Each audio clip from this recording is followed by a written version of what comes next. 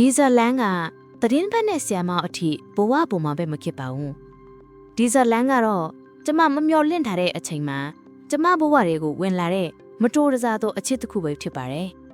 ကျမအကြောင်းပြောမပြီးမီမှာတော့ကျမကိုထောက်ခံဖို့စီရင်သွင်းပြီးနှစ်သက်ကြောင်းပြောပါရန်မမေ့ပါနဲ့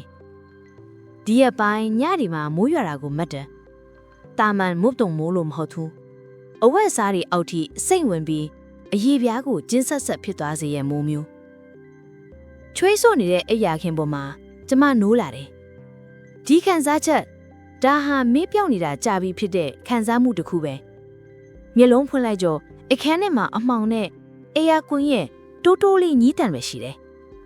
ကျမကဒီခံစားချက်ကိုမသိသလိုချက်ချင်းမေးဖြစ်လိုက်တယ်မနက်ဖြန်မနက်၈နာရီမှာပထမနေ့တွေကိုတင်ရမယ့်တင်ငန်းစာအတက်ပြင်ဆင်ရအောင်မယ်ကျမနာမည်ဒေါ်တန်တောင်အသက်49နှစ်ရန်ကုန်တက္ကသိုလ်အင်္ဂလိပ်စာဌာနကကတိကတယောက်လုတ်ဖို့ကင်ဖက်တွေကကျမကိုဆီယာမလို့လေးလေးစားစားခေါ်တယ်တောင်ပတွေကတော့ကျမနောက်ကွယ်မှာတမဏီအမျိုးသမီးလို့ခေါ်ကြတယ်ကျမကြားပါတယ်ကျမဂယုမဆိုင်ဘူးကျမဘဝကရှင်းလင်းတယ်တက်ရက်တယ်ခြောက်တွေ့တယ်ဂါဟိအချိန်စရာတွေဌာနအစည်းအဝေးတွေမစစ်ရသေးတဲ့စာတန်းတွေပုံနေတယ်ကျမရဲ့ဘဝကကြိုတင်ခတ်မှန်းလို့ရတယ်စာရွက်တရွက်လိုပဲဖြောင့်မှန်နေတယ်အိမ်ထောင်ခွဲပြီးတာ10နှစ်ကျော်ပြီတရုံထဲနေသားကြနေပြီဒါမှမဟုတ်နေသားကြဟန်ဆောင်နေတယ်ဒီညနေလဲပုံမှန်ပါပဲကျမယုံခင်းမှာည9နာရီထိုးနေပြီအပြင်မှာမှောင်ပြကြည့်ပြီဌာနတစ်ခုလုံးနေပါတိတ်ဆိတ်နေတယ်ကျမရဲ့စပွဲတင်ပြီးအလင်းရောင်ကလွဲတယ်ကြံရာတွေကမှောင်မဲနေတယ်စာအုပ်စဉ်ကစာအုပ်အဟောင်းတွေရဲ့အနံ့ကကျမအခန်းထဲမှာလွှမ်းခြုံနေတယ်ကျမရှိမှာဒုတိယနှစ်ကျောင်းသားတယောက်ရဲ့မဟာဂက်စပီဘောတုံးသက်ချက်စာတန်းတစ်စောင်ရှိတယ်ကျမရဲ့အနီရောင်ဘောပင်ကစာရွက်ပေါ်မှာအမားတွေကိုလိုက်ပြင်နေတယ်စလုံးပေါင်းအမားတွေတရက်အမားတွေသူတို့စာတကယ်မဖတ်ကြဘူးခေါင်းကိုဖြည်းဖြည်းချင်းခါလိုက်မိတယ်ဒီအလုပ်ကကျမကိုပင်ပန်းစေတယ်အဲ့ဒီအချိန်မှာကျမရဲ့လက်ခိုင်ပုံကတုံခါလာတယ်စပွဲပေါ်မှာခရီးဆောင်ကွန်ပျူတာဘေးမှာထောင်ထားတဲ့ဖုန်းကလင်းလာတယ် Facebook ကစာဝင်ထားတဲ့အတန်းကျမမျက်မှန်ကိုပင့်လိုက်တယ်စိတ်အနှောက်ယှက်ဖြစ်သွားတယ်ဒီအချိန်ကြီးဘသူကစာပို့ရတာလဲဌာနကဆီယာမဒေါက်ခင်မေလားမနှက်ဖြန်အစည်းအဝေးအကြောင်းတတိပေးတာလားဒါမှမဟုတ်တူမက်လေးကပတ်စံလိုချင်လို့လားကိုစားပြုပုံမရှိဘူး Facebook ရဲ့ပုံသေးအဖြူအောင်အရေးတစ်ခုပဲဒါပေမဲ့နာမည်ကမျိုးထက်ကျမနှလုံးခုန်တန်တစ်ချက်ရက်သွားတယ်ဒါမှမဟုတ်မြန်တော့တာလားမသိကြဘူးမျိုးထက်ဒီနာမည်ကိုကျမမကြားရတာကြာပြီလူငယ်တဲ့9နှစ်မဟုတ်ဘူး6နှစ်လောက်ပဲဟုတ်တယ်နောက်ဆုံးထပ်မှာအမြဲတမ်းထိုင်တတ်တဲ့ကောင်လေးပိန်ပိန်ရှည်ရှည်မျက်မှန်ထူထူသူကကျမရဲ့စာပေဝေဖန်ကြည့်တင်ငန်းကိုယူခဲ့တယ်တော်ပါတယ်သူ့ရဲ့စာတန်းတွေကအမြဲတမ်းထူကြတယ်ဒါပေမဲ့အမြဲတမ်းတိတ်ဆိတ်နေတတ်တယ်လူရှိမှစကားမပြောဘူးသူ့အလံရောက်တိုင်းမျက်နှာကရဲသွားတတ်တယ်ကျမသူ့ကိုတစ်ခါဆူဘူးတယ်သူ့စာတန်းကောင်းမမဲ့လူရှိမထက်မတင်စစ်နိုင်ရင်ဘာမှအတိတ်ပဲမရှိဘူးလို့အခုသူကဘာလို့ကျမလက်ရောင်ကိုတုံ့ဆွနေတယ်ပို့လာတဲ့စာကိုဖွင့်ဖတ်လိုက်တယ်စာကြောင်းကရှင်းရှင်းလေးပဲဆရာမကျွန်တော်ကိုမှတ်မိသေးလားလို့ကျမလက်အေးဆက်သွားတယ်မှတ်မိတာပေါ့ကျောင်းတော်တယောက်ကိုဆရာမတယောက်ကဘလို့မိတ်နေမှာလဲဒါပေမဲ့ဒါကမတူဘူးသူကကျောင်းတော်တယောက်ထက်ပိုခဲ့လားမဟုတ်ဘူးကျမခေါင်းထဲကအတွေးကိုအမြန်ဖယ်ထုတ်လိုက်တယ်ဒါကမသိတော့ဘူးကျမဘာပြင်ရမလဲစဉ်းစားနေတော့မှာပဲတစ်ဖက်လူစာရိုက်နေကြောင်းပြတဲ့ပူပေါင်းလေးပေါ်လာတယ်ကျမအတန်းအောင်နေမိတယ်ခဏအကြာမှာနောက်ထပ်စာကြောင်းထပ်တက်လာတယ်ကျွန်တော်ရန်ကုန်ပြန်ရောက်လာပြီပြီးတော့ဆီယမကျွန်တော်စီမှာမေ့ကြံခဲ့တဲ့ပစ္စည်းတစ်ခုကိုပြန်လာပေးခြင်းလို့ဖြစ်တာတယ်ကျမမျက်မှောက်ကိုတိုက်တယ်မေ့ကြံခဲ့တဲ့ပစ္စည်းကျမသူ့စီမှာဘာမှမမေ့ကြံခဲ့ဘူးဆီယမတယောက်ကကျောင်းတော်တယောက်စီမှာဘာပစ္စည်းမှမေ့ကြံပါလဲဒါကဘာအထီးပဲလဲကျမစာကိုပြန်ဖတ်တယ်စာရဲ့အဆုံးမှာမိကုံးအမတ်အတားမပါဘူးဒါဟာမေးတာမဟုတ်ဘူး ကြေညာတာစိတ်ရှုထွေးတယ်သူ့ရဲ့စာရိုက်နေတဲ့ပူပေါင်းလေးကပျောက်ကွယ်သွားပြီကျမရဲ့လက်တွေကကွန်ပျူတာပေါ်ကတုပ်တွေကိုဖိထားတယ်ပုံမှန်ဆိုဒီလိုစာမျိုးကိုလစ်လျူရှုလိုက်မှာပဲဒါပေမဲ့ဒီလိုမလုပ်နိုင်ခဲ့ဘူးဘာလို့လဲအခန်းထဲမှာလှုပ်ရှားလာတဲ့ကျမရဲ့ရင်ထဲကတိတ်ဆိတ်တဲ့မွေးရည်စက်တွေကြောင့်လားကျမအကြောင်းပြန်ဖို့တော့တွေကိုဖိလိုက်တယ်တုံးဆုပ်သွားတယ်ဒီလူကအသက်26နှစ်ကျမက49နှစ်ကျမရဲ့အလုံးလေးဂုံတိတ်ခါကိုစဉ်းစားရမယ်ဒါပေမဲ့ဒီအရာတွေအားလုံးကိုကျမခဏတာလွတ်လွတ်ရှုလိုက်တယ်ကျမအဆုံးဖြတ်ချလိုက်တယ်စာရိုလီပုတ်လိုက်တယ်မျိုးချဆီယာမဘာဖြစ်စီမေ့ကြံခဲ့လေဆိုတာကိုမမှတ်မိဘူးဘေးမှာတွေ့ဆုံမလဲမဆိုင်မတွေ့သူ့ရဲ့အကြောင်းပြန်စာချက်ချင်းရောက်လာတယ်ရန်ကုန်လော်တေဟိုတယ်ရဲ့ကျူဆောင်မှာတွေ့ပါရစေမနစ်ဖြန်ညနေ9နာရီဆီယာမအတွက်အကောင်းဆုံးဖိမဲ့နေရာကိုရွေးလိုက်တာပါဂျားနေရရွေးချယ်မှုဟာကျမရဲ့စိတ်ထဲမှာလုံးကျုံစီတယ်ဒါပေမဲ့သူ့ရဲ့ယုံကြည်မှုကပိုပြီးတော့တိတာနေတယ်ဒီညမှာကျမစောစောအိပ်အောင်ဝင်တင်တယ်နောက်တနေ့ညနေ4နာရီခွဲကျမရီချိုးပြီးနောက်ဘီရိုရှေ့မှာခဏရက်နေမိတယ်ကျမပုံမှန်ဝတ်လေးရှိတဲ့အသားရောင်ချင်းလုံကြီးအစားခရမ်းရောင်အစင်နဲ့ပိုးလုံကြီးကိုရွေးလိုက်တယ်ခါတိုင်းထက်ပိုပြီးနှုတ်ခမ်းဤအယောင်ကိုနူးညံ့အောင်ဆိုးလိုက်တယ်ဒီလိုပြင်ဆင်မှုမျိုးကကျမရဲ့အသက်48နှစ်အရွယ်အတွက်မသိမ့်တော်ဘူးလို့ခံစားမိတယ်ဒါပေမဲ့ရက်တက်ဖို့မတက်နိုင်ခဲ့ဘူးကျမဟိုတယ်ကိုရောက်တော့9နာရီနီးပါးကားရက်လိုက်ပြီးတကားကိုဖွင့်လိုက်တာနဲ့ကျမသူ့ကိုရဲချိုဆောင်ကမှန်နံညာနောက်မှာတွေးလိုက်ရတယ်သူကတော့ရောက်နေပြီဒါဟာ6နှစ်ကြာကကျမရဲ့အခန်းထဲမှာတိတ်တိတ်ဆိတ်ဆိတ်ထိုင်းတတ်တဲ့မြန်မြန်ထူထူနဲ့ကြောင်းသားမဟုတ်တော့ဘူးသူကအရက်ရှည်တယ်နက်ပြရောင်အင်ချီတစ်တစ်ဝတ်ထားတယ်မြန်မြန်လည်းမတတ်ထားတော့ဘူးသူ့ရဲ့ကိုနေကိုဟန်ကယုံကြည်မှုရင်ကျပ်မှုနဲ့ပြည့်နေတယ်ဈေးကြီးရဲ့ရည်မြွေးနှံ့ကကျမစီကိုတိုးဝင်လာသလိုခံစားရတယ်သူ့ရဲ့အားအင်ကတော့ကျမရဲ့ရင်ထဲကိုဖျက်ချော်ဝင်လာနေပြီကျမဝင်သွားတော့သူထရက်လိုက်တယ်သူ့ရဲ့မျက်လုံးတွေကကျမကိုပဲစိုက်ကြည့်နေတယ်ဆီယာမကျမကိုမှတ်မိပါမလားလို့စိုးရိမ်နေတာသူကလှပစွာပြုံးလိုက်တယ်မင်းကမျိုးထက်မဟုတ်လားငါမင်းကိုမှတ်မိတယ်ကျမစကားလုံးတိုင်းကိုတတိထားပြီးပြုံးလိုက်တယ်ဆီယာမအတန်နေအတန်ထားကိုထိန်းထားတယ်ကျမတို့ထိုင်လိုက်ကြတယ်သူကစင်ကာပူအကြောင်းအောင်မြင်မှုအကြောင်းပြောနေတယ်ဒါဟာ professional ဆွေးနွေးပွဲတစ်ခုလိုဖြစ်နေတယ်ဒါပေမဲ့သူ့ရဲ့အကြည့်ကလေးစားမှုနဲ့ပုံကွယ်နေတဲ့ကစုံတစ်ခုကိုဖော်ပြနေတယ်မင်းအရန်ကိုတိုးတက်လာတာမျိုးထားငါမင်းအထက်အရန်ကုန်မျိုးတယ်ကျမဒီလိုပဲပြောရမှာသူကခေါင်းရန့်တယ်ကျေးဇူးတင်ပါတယ်ဆီယာမကြောင့်ပါပြီးတော့သူကခဏတော့ရက်တန်သွားတယ်သူ့ရဲ့မျက်လုံးတွေကပိုပြီးတော့တောက်ပလာတယ်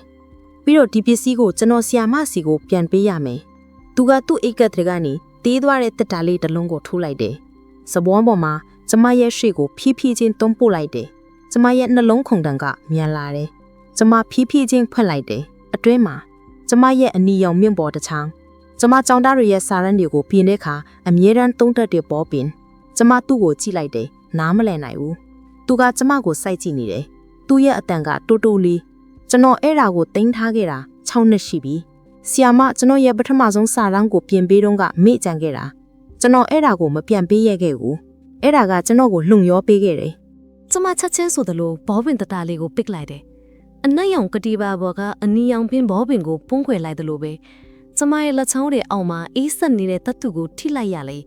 သူ့ရဲ့ရင်ဖွင့်စကားကကျမကိုနားမလည်နိုင်အောင်ဖိအားပေးနေလေကျမအသက်ကိုတေးသေးချာချာရှူသွင်းလိုက်ပြီးစီရာမရဲ့အတန်လေးတန်းချားကိုပြန်ယူလိုက်တယ်မျိုးထက်မင်းရဲ့ခံစားချက်ကိုငါကျေးဇူးတင်ပါတယ်ဒါပေမဲ့ဒါကတာမန်ဘောပင်ကချောင်းပဲမင်းရဲ့အောင်မြင်မှုကဒီဘောပင်ကြောင့်မဟုတ်တော့မင်းရဲ့ကြိုးစားမှုကြောင့်ပဲကျမစကလုံးတိုင်းကိုအလေးနက်ထားပြီးပြောလိုက်တယ်သူနဲ့ကျမကြားကအသက်ကွာခြားမှုရာထုကွာခြားမှုဆိုတဲ့နေရန်ကိုပြန်လဲတီးဆောက်ဖို့စ조사နေတာသူကညင်တာစွာပြုံးတယ်သူ့ရဲ့အပြုံးကရင်းချက်ပြီးဆွဲဆောင်မှုရှိတယ်ကျွန်တော်အဲ့လိုမယူဆပါဘူးဆရာမဒါပေမဲ့အဲ့လာကိုဘေးဖယ်ထားလိုက်ပါအောင်ကျွန်တော်ဒီမှာဆရာမရဲ့အချိန်ကိုအလကားဖြုံးမလာတာမဟုတ်ပါဘူးသူကရှေ့ကိုအနှဲငယ်ငယ်ဆောင်လိုက်တယ်ကျွန်တော်ရဲ့ကုမ္ပဏီကနိုင်ငံခြားယင်းနှီးမြှုပ်နှံမှုတွေနဲ့အကြီးစားတင်ဆက်မှုတစ်ခုလုပ်ရတော့မယ်စာချုပ်တန်ဖိုးကအမေရိကန်ဒေါ်လာတန်းချီပါတယ်ကျွန်တော်ရဲ့ professional အယုံကချက်ချင်းဆိုသူလို့လှုပ်ရှားသွားတယ်ဒါကတကယ့်အရေးကြီးတဲ့ကိစ္စကျွန်တော်ကိုအင်္ဂလိပ်စကားပြောနဲ့စီးပွားရေးစကားလုံးတွေကိုတီးတန့်တင်စားပေးဖို့ဆီယာမရဲ့အကူအညီကိုလိုအပ်တာတဲ့ကျွမ်းကျင်တဲ့တင်စားရေးဆီယာအနေနဲ့ဖို့ဌာနရဲ့တက်မှတ်နှုံထားတာပို့ပြီးတော့ပေးပါမယ်စီးပွားရေးတင်စားရေး ဒါကလုံခြုံတဲ့နယ်ပဲဒါပေမဲ့ဒါကတကယ်အကြောင်းပြခြင်းမဟုတ်ဘူးဆိုတာကျမသိနေတယ်သူကကျမရဲ့အနားမှာရှိနေဖို့အတွက်လိုအပ်တဲ့ professional အကခွေကိုဖန်တီးပေးနေတာဒါကကျမတို့နှုတ်ကြားကနိုင်ငံကိုဆက်ပြီးထိန်းထောင်းနိုင်မဲ့ကျိုးမြတ်လေးတစ်ချောင်းတာထက်တယ်ကျမတုံဆုတ်နေတာကိုသူသိတယ်သူကရုတ်တရက်မေးလိုက်တယ်ပို့ပြီးတော့ရဲလည်လာတဲ့ပုံပဲဆီယမ The Lover ကိုဖတ်ဖူးလား Margaret Duras ရဲ့စာအုပ်အသက်ကြီးတဲ့အမျိုးသမီးဆီယမတစ်ယောက်နဲ့ငယ်ရွယ်တဲ့ချစ်သူအကြောင်းရေးထားတာလေကျမမျက်လုံးပြိုးသွားတယ်ဒီစာအုပ်အကြောင်းကိုကျမရဲ့အင်္ဂလိပ်စာသင်တန်းမှာမသင်ဘူးဒါပေမဲ့ကျမဖတ်ဖူးတယ်ကျမရဲ့စေဂျိုးဝိုင်းဘိုးကမှဖတ်ခဲ့တာကျမရဲ့နှလုံးခုန်ယုံကအစည်းချမဖြန်တော့ဘူးကျမစိတ်ဆိုးဟန်ပြောင်းလိုက်တယ်မျိုးထားမင်းရဲ့ပြောဆိုမှုကမတင်တော့ဘူးဒါကငါတို့ရဲ့အလုပ်ကိစ္စနဲ့ဘာမှမဆိုင်ဘူးသူကရှေ့ကိုတိုးလိုက်တယ်မျက်လုံးချင်းစုံတယ်တကယ်လားဆီယမဘာကဆိုင်ပြီးဘာကမဆိုင်လဲကျွန်တော်ဆီယမကိုလေးစားပါတယ်ဒါပေမဲ့ကျွန်တော်ဆီယမအတွင်းမှာပုံကွယ်နေတဲ့တန်တာအောင်ကိုလိမ့်မြင်ချင်တယ်ဆီယမဘာကိုအရန်ကြောက်နေရလဲဆီယမရဲ့ကိုပိုင်ဘဝကိုကျောင်းကဘယ်သူမှမပိုင်ဘူးသူ့ရဲ့စကားလုံးတွေကတိကျပြီးကျမရဲ့အားနည်းချက်ကိုထိသွားလေကျမအာယုံက professional နယ်ပယ်ကိုအမြန်ဆုံးပြန်သွားချင်နေတယ်ကျမနာယီကိုကြည့်လိုက်တယ်ကောင်းပြီငါလက်ခံတယ်ဒါပေမဲ့တင် जा ရဲ့ကိစ္စပဲအလုပ်ကိစ္စတတ်ငါရုံခန်းမှာအလုပ်ချိန်ပြီးမှသူကခေါင်းငိမ့်တယ်မျက်လုံးတွေကတောက်ပနေတယ်သူထပ်လိုက်တယ်ဟုတ်ကဲ့ပါဆရာမအလုပ်ကိစ္စတတ်ပါဒါပေမဲ့သူကကျမကိုနှုတ်ဆက်ဖို့လက်ဆွဲတာမဟုတ်ဘူးသူကကျမရဲ့ဘောပင်တတလီကိုယူလိုက်တယ်ပြီးတော့ပြန်မပေးပဲအိတ်ခတ်ထဲကိုထည့်လိုက်တယ်ဒီတစ်ပတ်အတွက်အင်္ဂါကြာတာရိနာယီ9နာရီဆရာမရဲ့ရုံခန်းမှာကျွန်တော်မေးကြံခဲ့တဲ့ပစ္စည်းကိုပြန်လာယူလိုက်ပါမယ်အင်္ဂါနေ့ညနေ9နာရီကျမရဲ့ရုံခန်းလှေကားထိတိမ်မှာပုံမှန်ဆိုလျှက်စီမီကိုပိတ်ချတတ်တယ်ဒီညတော့ကျမဖွင့်ထားလိုက်တယ်အပြင်ဖက်တကားကိုတော့တော့ခတ်ထားလိုက်တယ်ဒီအခန်းကကျမရဲ့ဖះเจ้าပဲဆရာမဒေါ်တန်တအောင်ရဲ့ညင်မီမျိုးထက်ကအချိန်မှန်ရောက်လာတယ်လက်ထဲမှာခရီးဆောင်ကွန်ပျူတာအိတ်တစ်လုံးနဲ့ရင်နွေးချမ်းပလင်းတစ်လုံးကိုကိုင်ထားတယ်ကျမတို့စပွဲရဲ့ဘေးချင်းခံမှထိုင်နေကြတယ်ဒါပေမဲ့ပရိဘောဂရရဲ့တဘာဝကြောင့်သူနဲ့ကျမကြားမှာလက်တစ်လုံးကြပဲကွာတယ်အသက်ရှူတန်းကိုကြားရတဲ့အထိနီးကပ်နေတယ်ကျမမျက်နှာလွှဲထားတယ်မျက်မှန်ကိုတေချာတထားလိုက်တယ်ကျမတို့စီးခွားရေးအင်္ဂလိပ်စကားပြောစလိုက်ကြတယ်သူကခရီးဆောင်ကွန်ပျူတာကိုဖွင့်လိုက်ပြီးကုမ္ပဏီရဲ့တင်ဆက်မှုစာမျက်နှာတွေကိုပြတယ်စကားလုံးရွေးချယ်မှုအတန်တွက်နိုင်ငံတကာတွေနဲ့ဆက်ဆံရေးပုံစံသူကတကယ်ကိုတော်ပါတယ်ကျမရဲ့အကူအညီကအငင်းကတည်းကလိုအပ်တယ်ကျမသူ့ကိုနည်းနည်းလေးဆက်ပြီးစိန်ခေါ်လိုက်တယ်ဒါမှဒီသင်ခန်းစာကအထိပ္ပယ်ရှိမှာမျိုးထမင်းရဲ့အင်္ဂလိပ်စကားပြောကချောမွေတယ်မင်းအကူအညီလိုအပ်တာမဟုတ်ဘူးမင်းတကယ်လိုချင်တာကဘာလဲသူကမျက်ချက်ကြောက်ကိုခဏကြည့်တယ်ပြီးတော့ကျမကိုပြန်ကြည့်တယ်ဆရာမကျွန်တော်ဒီသင်ခန်းစာကိုလိုအပ်ပါတယ်ကျွန်တော်ကလူငယ်ဆရာမကအသွေးအကြုံရှိတယ်ဒီလိုမျိုးတင်ဆက်မှုမှာယုံကြည်မှုနဲ့ရင့်ကျက်မှုလိုအပ်တယ်ဆရာမရဲ့ရှိနေခြင်းကအဲ့ဒါကိုပေးနိုင်တယ်သူ့ရဲ့စကားလုံးတွေကချိုးမြင်ပါတယ်သူကကျမရဲ့အသက်အရွယ်နဲ့အတွေ့အကြုံကိုလက်နက်လိုသုံးနေတယ်ဒါကသူ့ရဲ့လက်နက်ဖြစ်ပြီးကျမရဲ့အားနည်းချက်လေးဖြစ်လာတယ်ကျမမကြေမချမ်းဖြစ်သွားတယ်ကျမတို့တင်ဆက်မှုရဲ့ခက်ခဲတဲ့စာမျက်နှာတစ်ခုကိုရောက်လာတယ်ဒေတာဆရာလေးနဲ့ပြည့်နေတယ်သူကစပွဲပေါ်မှာလက်နဲ့ညွန်ပြနေတယ်ဒီနေရာကိုကြည့်ပါဆရာမဒီကိန်းကနန်းတွေကကျမလည်းအဲ့ဒီနေရာကိုပဲညွန်ပြခြင်းတယ်ကျမရဲ့လက်ညိုးကစာရွက်ပေါ်ကိုဥတီလိုက်ချိန်မှာပဲသူ့ရဲ့နှွေးထူးရဲ့လက်ချောင်းတွေနဲ့ကျမရဲ့လက်ဖြံကမတော်တဆထိတွေ့တော့တယ်လျှက်စစ်ရှော့ဖြစ်သွားတယ်လို့ပဲကျမရဲ့တကိုယ်လုံးတင်းမာတော့တယ်ကျမရဲ့နှလုံးခုန်လုံးကအတန်ထွက်လာတယ်ကျမလက်ကိုချက်ချင်းရုပ်လိုက်တယ်ရုံခန်းထက်ကလေထူးကရုတ်တရက်ပူလာတယ်မျိုးထက်ကသူ့လက်ကိုပြန်မယူဘူးသူကစပွဲပေါ်မှာအဲ့ဒီအတိုင်းဆက်ထားတယ်သူကတောင်းပန်ချစ်မရှိတဲ့မျက်လုံးတွေနဲ့ကျမကိုကြည့်တယ်ဒါဟာမတော်တဆထိတွေ့မှုမဟုတ်ဘူးသူရည်ရွယ်ခဲ့တာဆရာမကျွန်တော်မေးချင်တာတစ်ခုရှိတယ်သူ့ရဲ့အတန်ကတိုးတိုးလေးသူကသူ့ရဲ့စီးပွားရေးတင်ဆက်မှုကိုပိတ်လိုက်ပြီး ကွန်ပျူတာဖန်သားခြင်းကမှောင်သွားတယ်ရုတ်တရက်အလင်းရောင်တစ်ခုကပျောက်ဆုံးသွားတယ်ဆီယာမကအဖိလူရီရှိမှအရန်ကိုပြင်းထန်တဲ့အေးဆက်နေတယ်တာမဏီအမျိုးသမီးဖော်နီဒါပေမဲ့ဆီယာမတကယ်ပဲအေးဆက်နေတာလား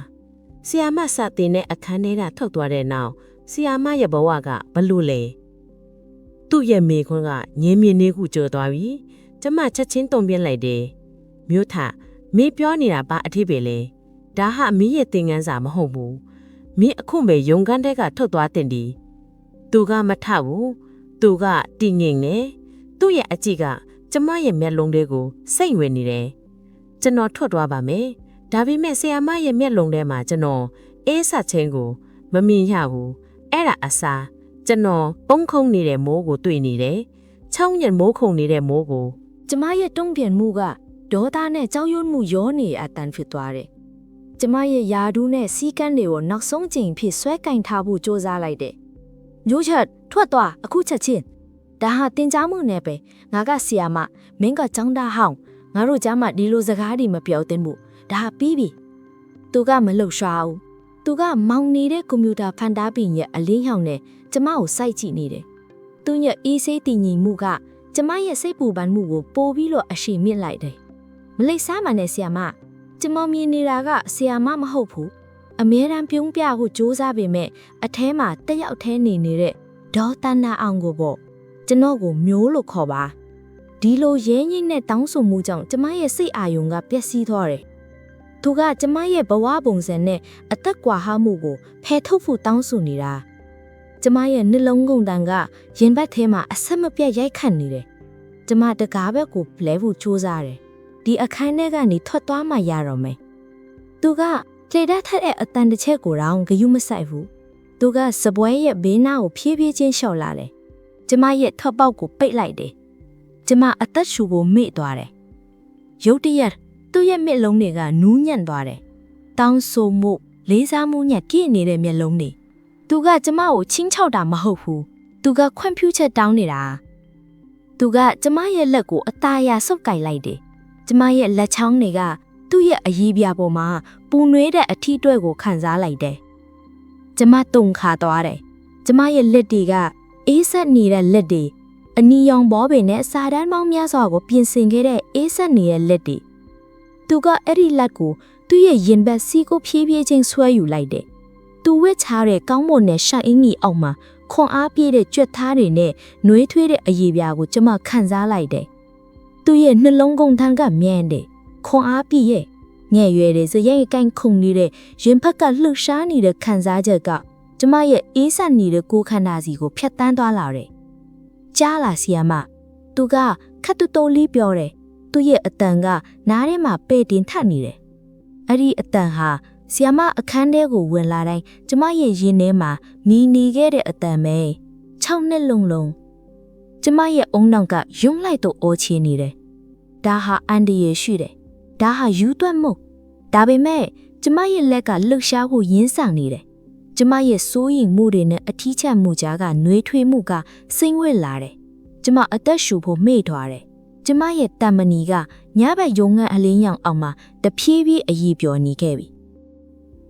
ကျမရဲ့လက်ချောင်းတွေကသူ့ရဲ့ရင်ဘတ်ပေါ်ကနေလျှက်စစ်ရှော့တစ်ခုလိုဆွဲထုတ်လိုက်တယ်။အဲ့ဒီနှွေးထွေးမှုအဲ့ဒီခွန်အားပြည့်တဲ့နှလုံးခွန်တန်း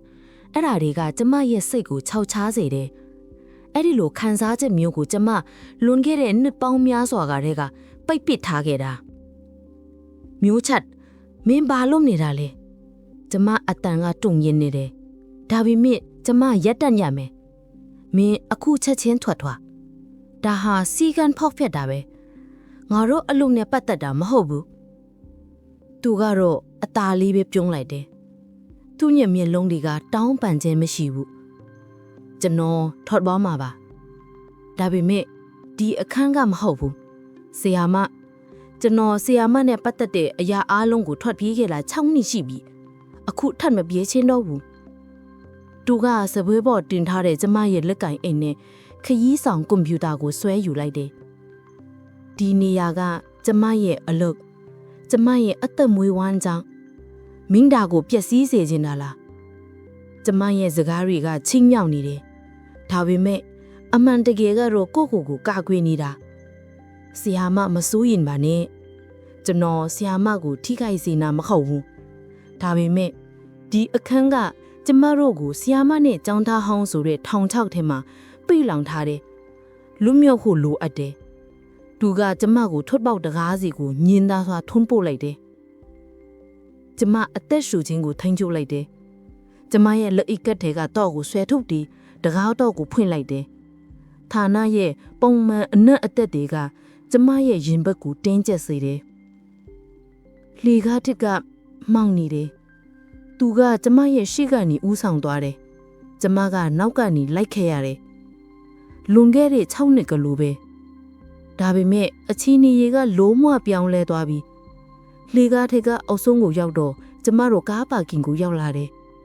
သူ့ရဲ့ခစ်မီတဲ့ဂျစ်ကားတဲကိုကျမဝင်ထိုင်ရတယ်အပြင်မှာမိုးစာရွာနေပြီကျမအိမ်မက်ထဲလိုပဲပြင်းထန်တဲ့မိုးသုံးမိုးမဟုတ်ဘူးတိတ်ဆိတ်ပြီးထိုးဖောက်ဝင်ရောက်လာတဲ့မိုးမျိုးကျမတို့စကားမပြောကြဘူးကားမောင်းတဲ့အတန်နဲ့မိုးစာလာကြားနေရတယ်ကျမဗရင်းဘောက်ကိုကြည့်နေတယ်တက္ကသိုလ်ရဲ့မီးလုံးတွေကအဝေးကိုလင်းမြန်စွာလွင့်ပြော်သွားတယ်မျိုးထက်မင်းပဲသွားနေတာလေကျမမေးလိုက်တယ်ကျမရဲ့အိမ်ကိုဥတီနေတာမဟုတ်ဘူးသူကမျက်လုံးမှိတ်ပြတယ်ဒီမှာလုံခြုံပါတယ်သူကမြို့ရဲ့အလဲဘက်စီကိုမောင်းသွားတယ်ခစ်မီတဲ့မြင်ထားတဲ့တိုက်အဆောက်အဦတစ်ခုစီကိုဥတီနေတယ်ဒါဟာသူ့ရဲ့နယ်မြေသူ့ရဲ့အောင်မြင်မှုသူကကားကိုမြေအောက်ကားပါကင်မှာရပ်လိုက်တယ်ဓာတ်လေကားထဲမှာသူနဲ့ကျမနှစ်ယောက်တည်းဖလန်တကားတွေအပြင်ဘက်ကနေမြို့ရဲ့မီးလိုင်းတွေကဖြတ်တန်းသွားကြတယ်ကျမရဲ့ရင်ဘက်ထဲမှာခံစားနေရတဲ့စိုးရိမ်မှုနဲ့စိတ်လှုပ်ရှားမှုတွေဒါကိုရပ်တန့်ဖို့ကျမမတတ်နိုင်တော့ဘူးသူကတိုက်အခန်းထဲကိုရောက်လာတော့အေးဆက်တဲ့လေအေးယူနေတဲ့ခစ်မီတဲ့အနက်အသက်တွေကကျမကိုလွှမ်းကျွံသွားတယ်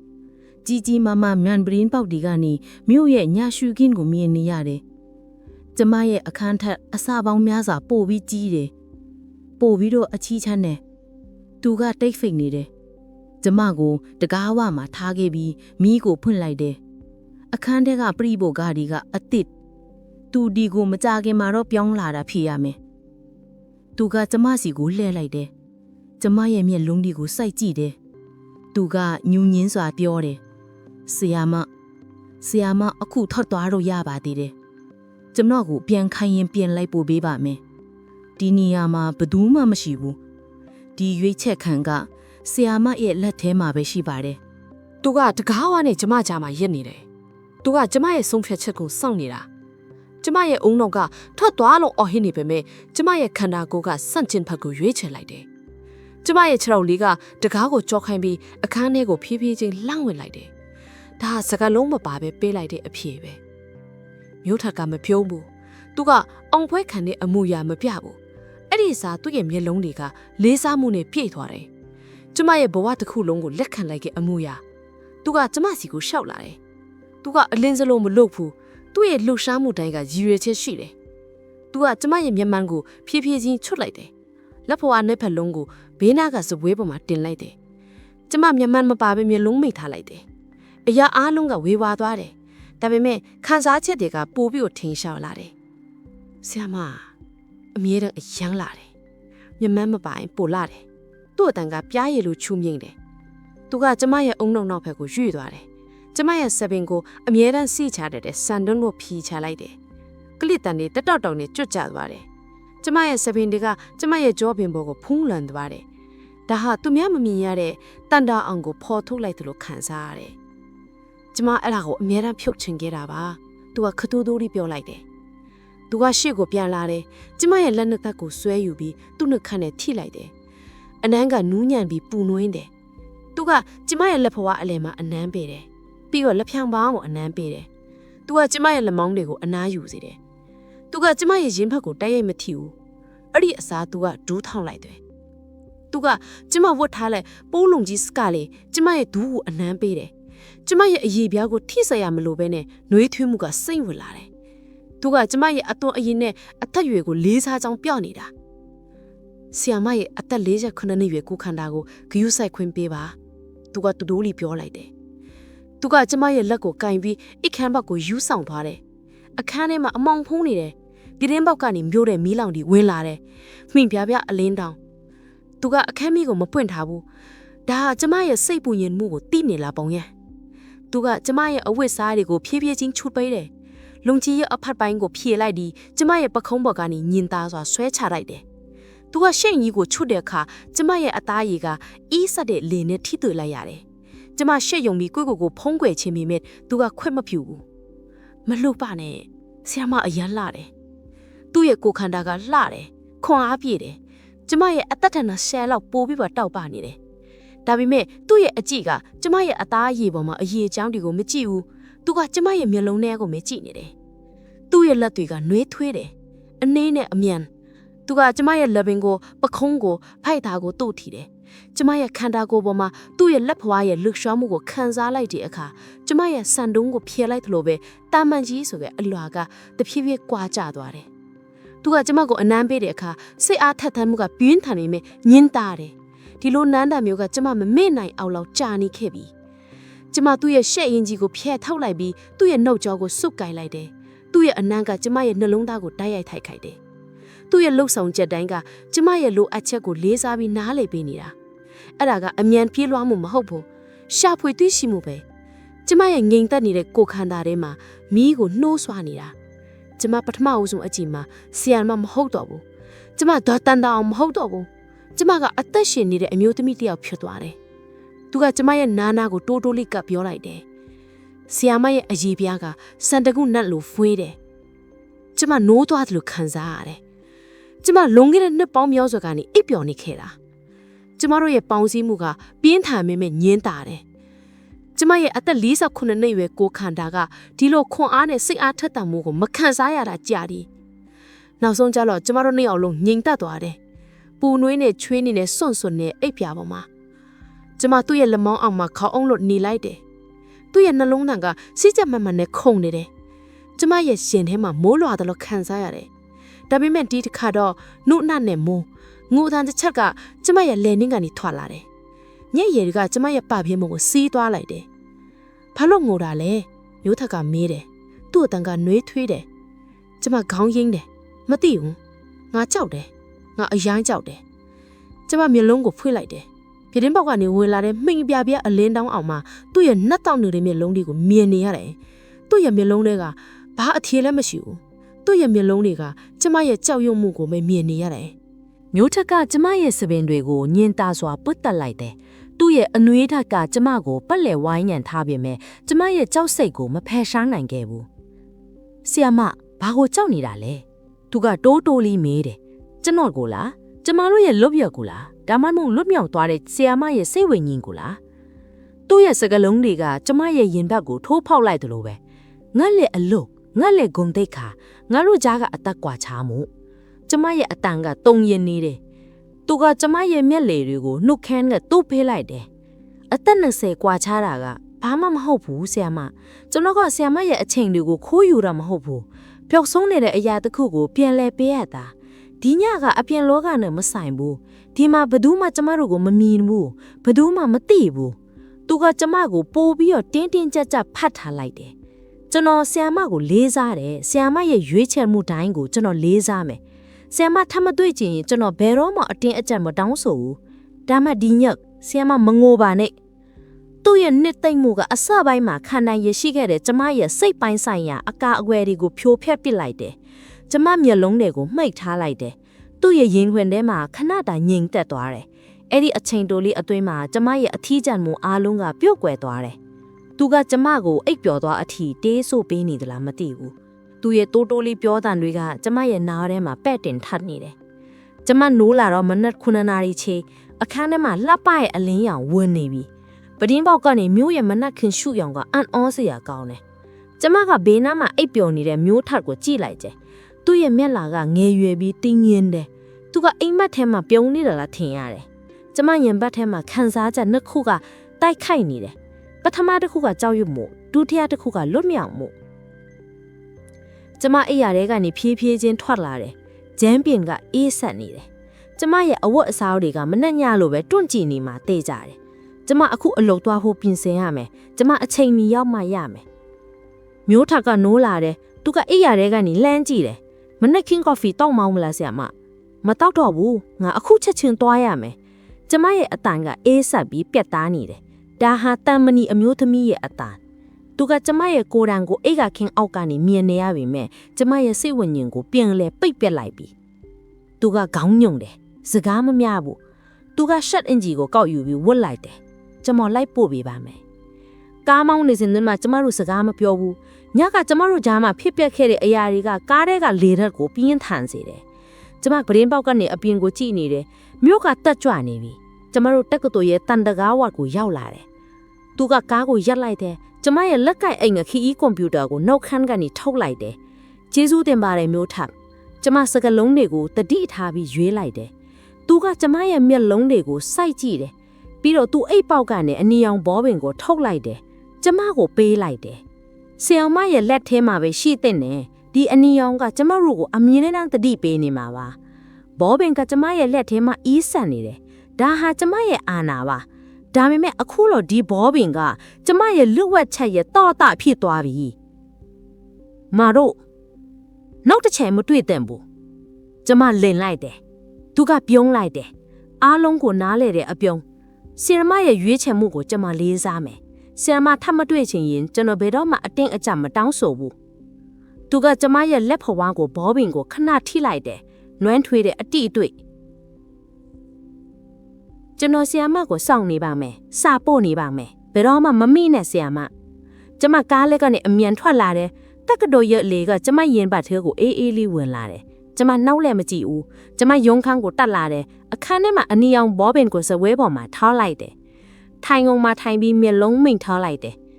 ကျမညကအိမ်မက်ထဲမှာမိုးရွာတယ်လို့ပဲအခုကျမကိုယ်တိုင်အတန်းကိုယ်တိုင်မှာမိုးရွာနေတယ်ညနေပိုင်းမှာကျမစာတန်းတွေကိုပြင်နေတယ်ဘောပင်ကစာရွက်ပေါ်မှာရေးနေတယ်ကျမရဲ့လက်ချောင်းတွေကအေးဆက်နေလဲဘောပင်ကိုကင်ထားတဲ့လက်ကတော့ပူနွမ်းစေတယ်ကျမရဲ့လက်ကင်ဖုံးကတုံညံလာတယ် Facebook ကစာဝင်လာတဲ့အတန်မျိုးထက်စီကပဲတည်တယ်ကျမဖွင့်မကြည့်ပဲတည်နေတယ်ကျမမျက်လုံးကိုဖြည်းဖြည်းချင်းချွတ်လိုက်တယ်ဖုံးကိုကောက်ကင်လိုက်တယ်စာကိုဖွင့်လိုက်တယ်ကျွန်တော်ဒီနေ့တင်ဆက်မှုမှာအောင်မြင်ခဲ့တယ်ဆီယမရဲ့အကူအညီကြောင့်ဆီယမကိုလွှမ်းနေတယ်ကျမဘာမှမပြန်ဘူးဒါပေမဲ့ရင်ဘတ်ထဲမှာမိုးတန်ကပိုပြီးတော့ကျေလောင်လာတယ်ကျမရဲ့တန်မနီကွက်တက်သွားပြီကျမဘာမှမပြန်ပဲဖုံးကိုစပွဲပေါ်မှာမှောက်ထားလိုက်တယ်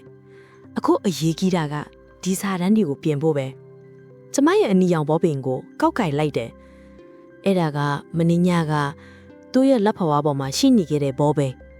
ပူနွေးမှုနဲ့ရွှေဖွာချက်တွေကက်လာတဲ့ဘောပင်ကျမစာရွက်ပေါ်မှာစလုံးတွေကိုပြင်လိုက်ပြီးမိတ်ဘောပင်ရဲ့ထိခွေမှုတိုင်းကသူ့ရဲ့လက်ကိုပြန်လည်အမှတ်ရစေတယ်စာတန်းတစ်စောင်ကိုပြင်ပြီးတော့ရက်လိုက်တယ်သူကကျမကိုလွမ်းတယ်တဲ့ကျမကသူ့ကိုလွမ်းနေတာလားကျမကြောက်ရွံ့မှုကိုပဲလွမ်းနေတာလားနောက်ထပ်နေ့ဖူတဟူးနေ့မှာကျမရဲ့အလုပ်ကိစ္စတွေကပုံမှန်တိုင်းပြန်ဖွင့်သွားတယ်မနက်၈နာရီအတန်းမှာကျမရဲ့အတန်းကပြက်သားနေပြီကျောင်းသားတွေကအတန်းထိပ်ပြီးနားထောင်ကြတယ်မျက်မှန်အောက်ကကျမရဲ့မျက်လုံးတွေကအေးစစ်နေတယ်ကျမရဲ့ပုံမှန်ယာရူးကိုပြန်ရောက်ပြီဒါပေမဲ့ရုံငန်းကိုပြန်လာတဲ့အခါမှာတော့တက္ကသိုလ်ရဲ့ကျေပြတ်မှုကကျမရဲ့အထီးကျမှုကိုပိုပြီးတော့တိတာစေတယ်နေ့လည်စာစားပြီးနောက်ကျမရဲ့ဖုန်းကတုံးခါလာပြန်တယ်ဒီတစ်ခါတော့ Facebook မဟုတ်ဘူးတာမန်စာတူဆီယာမရန်ကုန်မှာမိုးဆက်ရွာနေတယ်ဆီယာမရဲ့ခြံဝန်းထဲမှာစပန်ပန်းတွေပွင့်နေလားမသိဘူးဆီယာမကစပန်ပန်းနှမ်းကြိုက်တာကိုကျွန်တော်မှတ်မိတယ်ကျမစိတ်ရှုထွေးသွားတယ်။ "तू ကကျမရဲ့အိမ်လိပ်စာဒါမှမဟုတ်အိမ်ညပတ်သက်တဲ့အသေးစိတ်အချက်လက်တွေကိုဘယ်လိုသိနေတာလဲ။ကျမရဲ့ရေကရေလိုရှင်းနေတာကိုကျမအိမ်မှာပန်းပင်မဆိုင်ဘူး။ဒါပေမဲ့စပန်ဘန်းနန်းကိုကြိုက်တာတော့အမှန်ပဲ။ဒါဟာလွန်ခဲ့တဲ့6နှစ်ကသင်ခန်းစာတစ်ခုမှာကျမပေါ့ပေါ့တန်တန်ဖြိုးခဲ့ဘူးတာဖြစ်ရမယ်။ "तू ကအရာအားလုံးကိုအသေးစိတ်မှတ်မိနေတယ်။ကျမချက်ချင်းဆိုလို့ဖုံးကိုစုံမှုကိုပိတ်လိုက်တယ်။ဘာကြောင့်မှမသိကျမနဲ့သူနဲ့ဆက်သွယ်မှုကိုလုံးဝဖျက်တောက်ပေးရမယ်လို့ခံစားမိတယ်။ဒီလိုလူဝတ်တဲ့ဆက်ဆံရေးကကျမရဲ့အခြေအနေကိုဖြိုးဖြွက်ပြလိမ့်မယ်လို့သတိရလာတယ်။ဒီညနေမှာကျမအရေးကြီးဆုံးဆုံးဖြတ်ချက်ကိုချကြတော့မယ်။မနက်ဖြန်ညနေ9နာရီမှာဒုတိယသင်ကြားမှုအစီအစဉ်ရှိတယ်။ကျမရက်တန်းရမယ်။ ကျမဖုန်းကိုကောက်ကင်လိုက်ပြီးစာတူတစ်ခုရိုက်လိုက်တယ်မျိုးထက်ငါမနှက်ဖြန်ညသင်ခန်းစာကိုဖျက်လိုက်ပြီးရုံးတရက်ဌာနဆိုင်ရာအရေးပေါ်အစည်းအဝေးတစ်ခုရှိလာတယ်နောက်ထပ်သင်ခန်းစာတွေလည်းမရှိတော့ဘူးငါတို့ကြားမှာအဆက်အသွယ်ကိုအခုပဲရပ်တန့်လိုက်တာအကောင်းဆုံးပဲငါရဲ့ရွေးချယ်မှုကိုလေးစားပါစာကိုရိုက်ပြီးတဲ့နောက်ကျမရဲ့လက်ညှိုးကပိုးရန်ခလုတ်ပေါ်မှာတက်နေတယ်9စက္ကန့်10စက္ကန့်ကျမမျက်လုံးတွေကိုမှိတ်ထားလိုက်တယ်မင်းညကသူ့ရဲ့ရင်ခွင်ထဲကနှွေးထွေးမှုကျမရဲ့ဆက်တုံးကိုဖြေချလိုက်တုန်းကခံစားရတဲ့လွတ်လပ်မှုသူ့ရဲ့အနံရဲ့နိုးညံ့မှုအဲ့ဒါတွေကကျမရဲ့ဦးစနောင်းထဲမှာပြန်လဲပိတ်တန်းထပ်နေတယ်ကျမစာကိုမပို့နိုင်ခဲ့ဘူးပိုးရန်ခလုတ်ကိုမနှိမ့်ခင်မှဖက်ပစ်လိုက်တယ်ဘာလို့လဲကျမရဲ့ဂုဏ်သိက္ခာကိုကျမရဲ့အသက်မွေးဝမ်းကြောင်းကိုကျမကိုယ်တိုင်ဖျက်ဆီးပစ်နေတာလားမဟုတ်ဘူးကျမကြောက်ရွံ့မှုကိုညှင်းပယ်နေတာကျမပျောက်ဆုံးနေတာတခုခုကိုပြန်လည်ရယူချင်နေတာကျမရဲ့ခန္ဓာကိုယ်ထဲမှာလွှဲဝက်ကြီးမိုးရွာနေတဲ့ခံစားချက်ကိုကျမရက်တန့်ဖို့မတတ်နိုင်တော့ဘူးဒီလိုကြာသပတေးနေ့ညနေရောက်တဲ့အခါညနေ6နာရီခွဲကျမရေချိုးပြီးတဲ့နောက်ခရိုင်းရောင်ဘိုးလုံးကြီးကိုပဲထပ်ပြီးဝစ်စစ်လိုက်တယ်ကျမရဲ့အသားတွေကခါတိုင်းထပ်ပိုးပြီးတော့နူးညံ့နေတယ်လို့ခံစားရတယ်ရုံကန်းမှာ air condition ကိုပိတ်ထားလိုက်တယ်ပဒဲမောက်ဒီကိုဖွင့်လိုက်တယ်အပြင်ကလေကရုံကန်းထဲကိုဝင်လာတယ်9နာရီထိုးခါနီးကျမရုံကန်းထဲမှာတယောက်တည်းထိုင်နေတယ်စပွဲပေါ်မှာဘောပင်မရှိဘူးဘောပင်တက်တာလည်းမရှိဘူးကျမအနီအောင်ဘောပင်ကိုစောင့်နေလားကျမရဲ့ယာရူးကိုဆွန့်လွတ်လိုက်ပြီးကျမရုံကန်းတကားကိုလုံးဝမတော့ခတ်ထားတော့ဘူးတော့ကိုအပြင်မှာပဲချိတ်ထားလိုက်တယ်ဒီတခါတော့ရွေးချယ်မှုကသူ့လက်ထဲမှာမဟုတ်ကျမလက်ထဲမှာရှိနေပြီကျမရွေးချယ်လိုက်တဲ့လမ်းကိုသူဆက်လက်ရှာဖို့ပဲလိုတော့တယ်9နာရီ5မိနစ်ကျမဖုန်းကတုံခါလာပြန်တယ်စားတော့မဟုတ်ဘူးရုံးကန်အပြင်ကလေကန်တက်တွေတက်တောက်တောက်နဲ့တက်လာတဲ့ဖက်နှက်တန်းအတန်ကပုံမှန်မဟုတ်ဘူး तू ကအလင်းစလိုလာနေတာမဟုတ်ဘူးယုံကြည်မှုနဲ့ခြေလန်းတွေနဲ့လာနေတာကျမရဲ့နှလုံးသားကစောင့်နေတယ် तू ကကျမရဲ့အခန်းမရှိကိုရောက်လာပြီ तू ကတကားကိုခောက်နေကြမဟုတ်ဘူး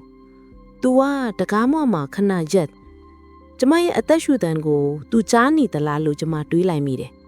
ဖြင်းညင်းစွာနဲ့တကားကအတွင်းဘက်ကိုပွင့်သွားတယ်မျိုးထက်ကတကားဝမှာရပ်နေတယ်ကျမယုံခိုင်းရဲ့တဝက်တစ်ပြက်အလင်းရောင်အောက်မှာသူကအရိပ်နဲ့အလင်းကြားမှာရပ်နေတယ်သူ့ရဲ့မျက်လုံးတွေကကျမကိုဓာတ်ရိုက်စိုက်ကြည့်နေတယ်သူ့ရဲ့လက်ထဲမှာခရီးဆောင်ကွန်ပျူတာအိတ်မပါဘူးရေနွေးချမ်းပလင်းလည်းမပါဘူးသူကအလုပ်အတွက်မဟုတ်ပဲကျမအတွက်လာခဲ့တာသူကတကားကိုညင်းထားစွာပိတ်လိုက်တယ်တော့ခတ်ချင်းမရှိဘူးဒါပေမဲ့ဒီတကားဟာဘသူ့ကိုမှမဝင်ဖို့အတားအဆီးထိနေတယ်ဆိုတာကျမတို့နှစ်ယောက်လုံးသိတယ်သူကတကားကိုကြောမိလိုက်တယ်သူ့ရဲ့မျက်လုံးတွေကကျမရဲ့ခရိုင်းရောင်ပိုးလုံးကြီးကိုတစ်ချက်ဝှေ့ကြည့်တယ်ပြီးတော့စပွဲပေါ်ကမျက်မှန်ကိုကျမဒီညမှာမျက်မှန်တတ်မထားဘူးကျမစောင့်နေခဲ့တာကိုသူသိနေတယ်ဆရာမကျွန်တော်သိပါတယ်သူကခက်တိုးတိုးလေးပြောလိုက်တယ်သူ့ရဲ့အတန်ကအခန်းထဲမှာပဲ့တင်ထပ်နေတယ်ဆရာမမနေ့ကကျွန်တော်စီစာပို့မလို့လုပ်ခဲ့တာကိုကျွန်တော်သိတယ်တင်ကန်းစာတွေကိုဖြတ်သိမ်းမလို့ကျမရဲ့အသက်ရှူတန်ကတိုးတောင်းသွားတယ်သူဘလို့သိတာလဲဒါပေမဲ့မနေ့ညကကျမရွင်ခလုတ်ကိုမနစ်ခင်မှာပဲဖြတ်ပစ်လိုက်တဲ့စာတို့ကိုသူဘလို့မှသိနိုင်စရာအကြောင်းမရှိဘူးသူကကျမရဲ့စိတ်ကိုဖတ်နေတာကျမရဲ့သေးနာနေတဲ့ကိုယ်ခန္ဓာကိုသူကစဖတ်နေတာကျမတုံရင်စွာနဲ့အဖြေပေးလိုက်တယ်ငါမပို့ခဲ့ဘူး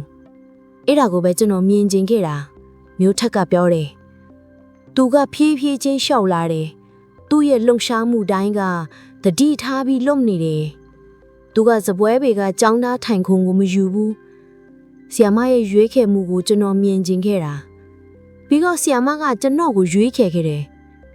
သူကကျမရဲ့စပွဲပေါ်ကနေကျမရဲ့မျက်မှန်ကိုကောက်ကင်လိုက်တယ်။အီးဆက်နေတဲ့မှန်ပေါင်ကိုသူ့လက်ဖွာထဲမှာစုပ်ကိုင်ထားတယ်။ဒီမျက်မှန်နဲ့ဒီအခန်းကဆီယမရဲ့တမနီကိုကာကွယ်ပေးထားတာ။ဒါပေမဲ့အခုကျွန်တော်တို့ပုံးခွဲစရာမလိုတော့ဘူး။သူကရှေ့ဆက်လာပြီးစပွဲပေါ်မှာလက်ထောက်လိုက်တယ်။ကျမရဲ့ရှေ့မှာသူ့ရဲ့ခန္ဓာကိုယ်ကိုငုံထားလိုက်တယ်။ သူနဲ့ကျမကြားမှာစပွဲတစ်လုံးပဲခြားနာနေတယ်အဲ့ဒီစပွဲက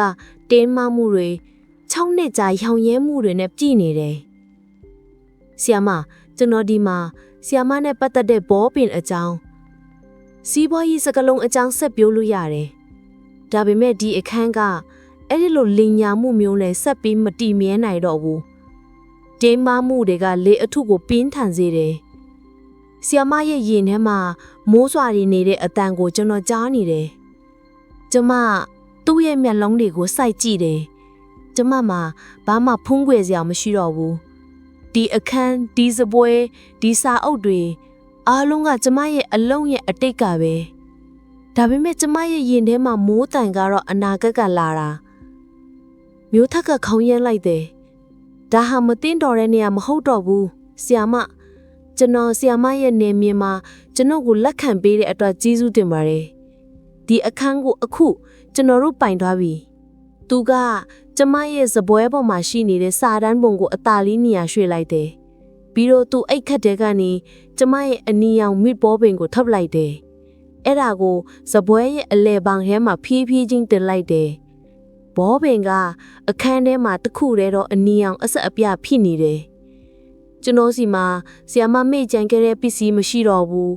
ဒါပေမဲ့ကျွန်တော်ဆီယာမကိုလိုချင်တဲ့အရာကိုတော့ကျွန်တော်ပိုင်ဆိုင်ထားတယ်သူကစပွဲဘေကနေဖြည်းဖြည်းချင်းလျှော့လာတယ်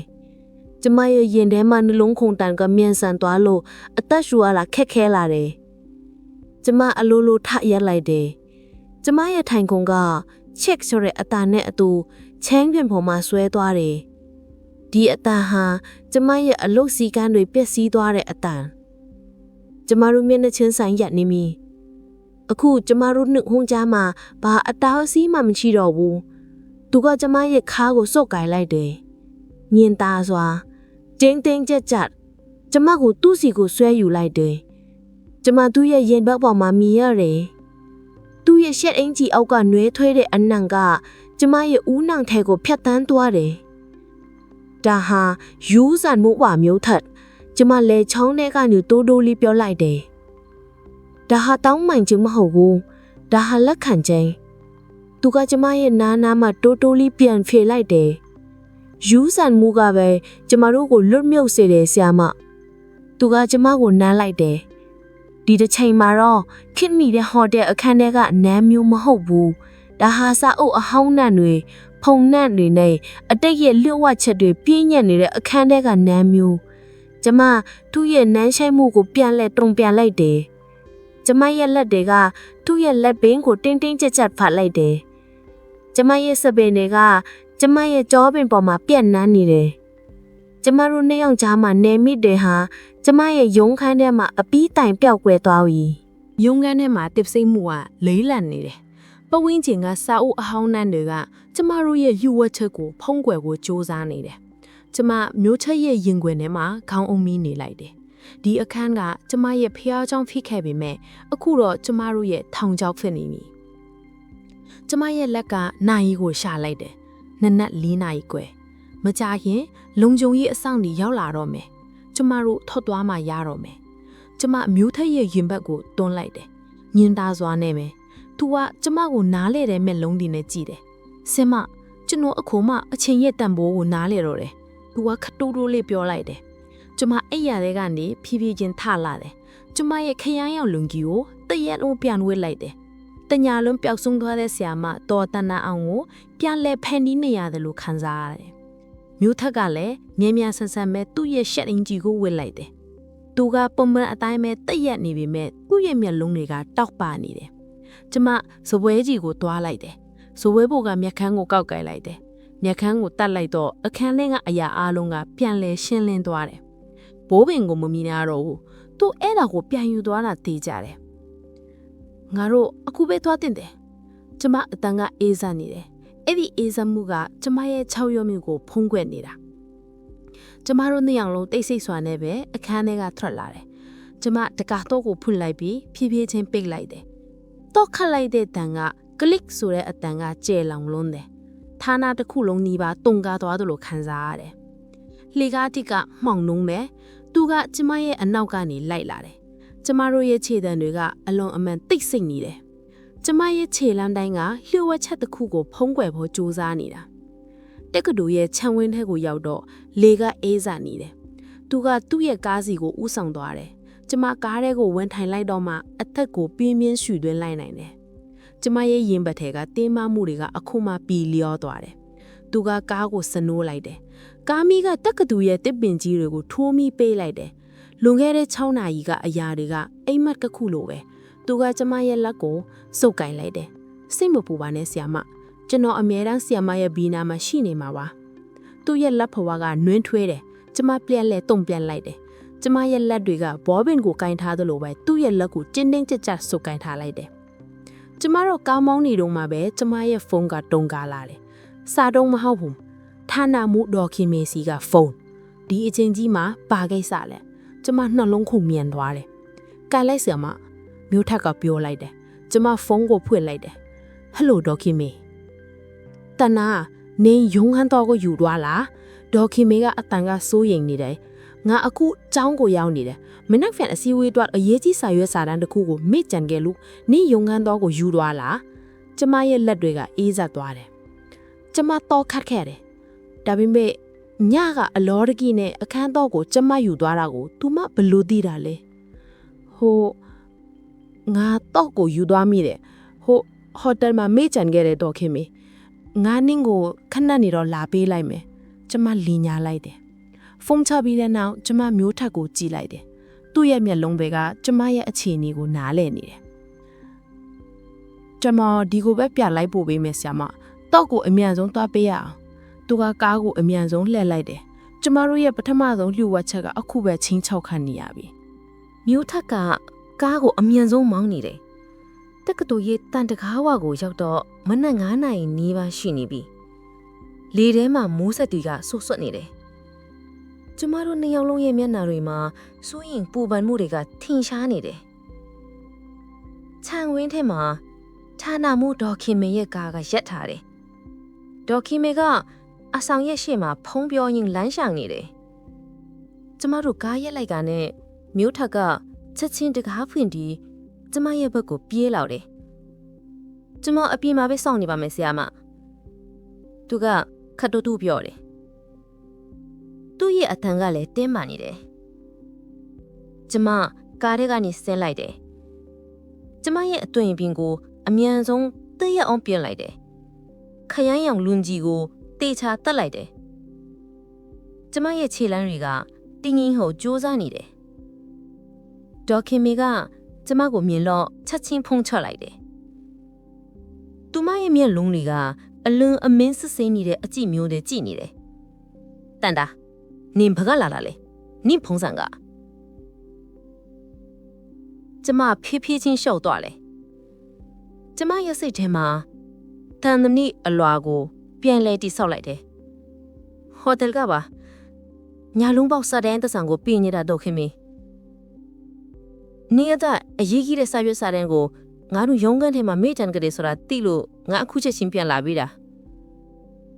ကျမရဲ့လက်ကထဲကပဲရုံးခန်းတော့ကိုထုတ်လိုက်တယ်တော့ကိုတင်ငင်တဲ့လက်နဲ့သူမရဲ့လက်ထဲကိုထည့်လိုက်တယ်ကျမရဲ့မျက်လုံးတွေကမျက်မှန်မတတ်ထားပေမဲ့ခိုင်မာနေတယ်နင်ညာလုံးပေါက်စာတန်းပြင်တယ်ဟုတ်လားဒေါက်ခင်မေကမျက်မှောင်ကျုပ်တယ်သူမရဲ့မျက်လုံးတွေကကျမရဲ့ခရိုင်းရောင်လုံကြီးကိုတချမ်းဝေးကြည့်လိုက်တယ်သူမတန်တရားဝင်နေတာတိတာတယ်နင်မော်ဒယ်ចောင်းသားဟောင်းကနင့်ကိုလိုက်ပို့ပေးတာလားသူကဒီနားကသူ့ရဲ့ကွန်ဒိုမှာနေတာဒေါက်ခင်မေငါ့ကိုဒီလမ်းကြောကနေဖြတ်ဒီလိုက်ပို့ပေးတာကျမလိန်ညာလိုက်တယ်အခုတော့ငါတို့ရုံးခန်းကိုဖွင့်ရအောင်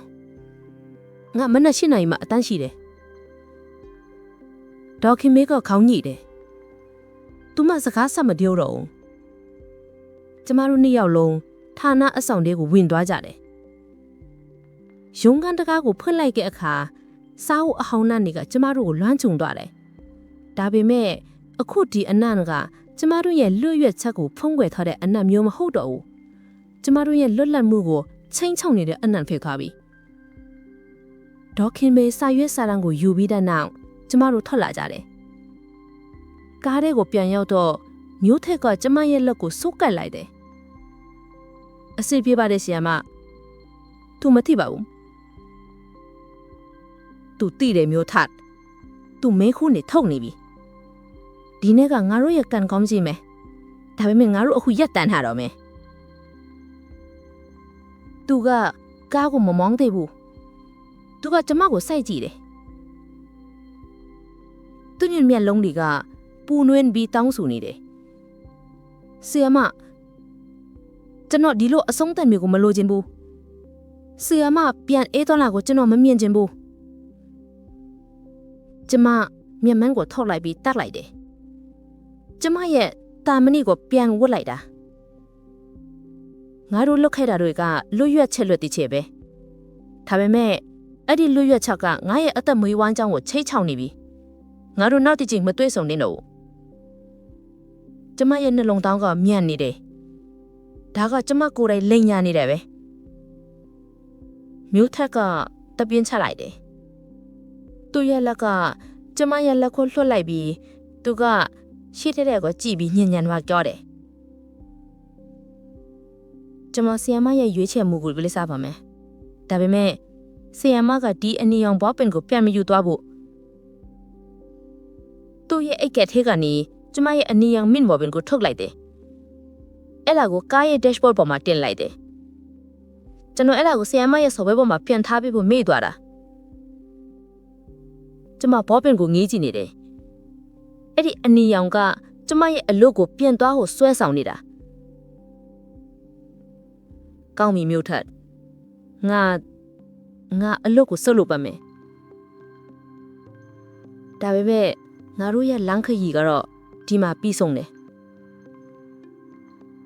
မျိုးထက်ကခေါင်းညိတ်လိုက်တယ်ဒါကအဆုံးသတ်မဟုတ်ဘူးဆီယာမ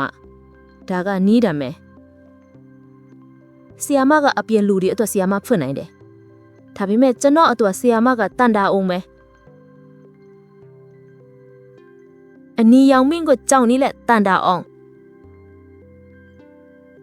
သူ့စကားကကျမရဲ့ရင်လေးကိုထိုးဖောက်လိုက်တယ်ကျမအသက်ရှူပြီးရုတ်တရက်အဆုံးသက်ချလိုက်တယ်ကျမမျက်မှောက်ကိုချက်လိုက်ပြီး dashboard ပေါ်ကဘောပင်ပေနဲ့တင်လိုက်တယ်မင်းယူတင်မှုကလည်းငါ့ကိုကူးဆက်သွားပြီးမြို့ထက်ငါမနေ့ဖြန်ဌာနမှုဒေါခင်မီကိုစတင်ပါမယ်ငါဒီအလုပ်ကိုနှုတ်ထွက်သွားမယ်ငါဘဝတွေကနေတန်မဏိကိုဖယ်ထုတ်လိုက်ပြီငါလွတ်မြောက်ချင်ပါပြီမြို့ထက်ကပြုံးလိုက်တယ်တကယ်အောင်ပဲခံတဲ့အပြုံးမျိုးပဲသူကကျမရဲ့လက်ကိုကိုက်ပြီးသူ့ရဲ့နှုတ်ဆန်းစီကိုဆွဲယူလိုက်တယ်ဆီယာမရဲ့နွယ်ဦးကိုကျွန်တော်စောင့်နေပါမယ်ငါတို့ရဲ့ကားကတက္ကသိုလ်ရဲ့ခြံဝင်းထဲကနေဖြည်းဖြည်းချင်းမောင်းထွက်လာတယ်အပြင်မှာမိုးကရက်တန့်သွားပြီဒါပေမဲ့ကျမရဲ့ရင်ထဲမှာတော့ຫນွေဦးမိုးကစတင်ရွာချနေပြီဒီလိုမျိုးစိတ်ဝင်စားစရာဇက်လန်းတွေကိုနောက်ထပ်နားရှင်ခြင်းနဲ့ဆိုရင်ကျွန်တော်တို့ရဲ့ရုပ်ထက်တန်ကြံတွေကိုစာရင်းစင်ယွင်းပြီးနှစ်သက်ကြောင်းအားပေးမှုပြုလုပ်ခဲ့ဖို့မြစ်တာရက်ခံပါတယ်ပြီးတော့အမြင်ဖလှက်ရတာမဟင် comments မှာဒီဇက်လန်းနဲ့ပတ်သက်ပြီးတင်းရခန်းစားချက်တွေကိုပြောပြသွားပေးပါအောင်ကျွန်တော်တို့နားချောင်ဖို့အသိရှိနေပါတယ်အားလုံးကိုကျေးဇူးတင်ပါတယ်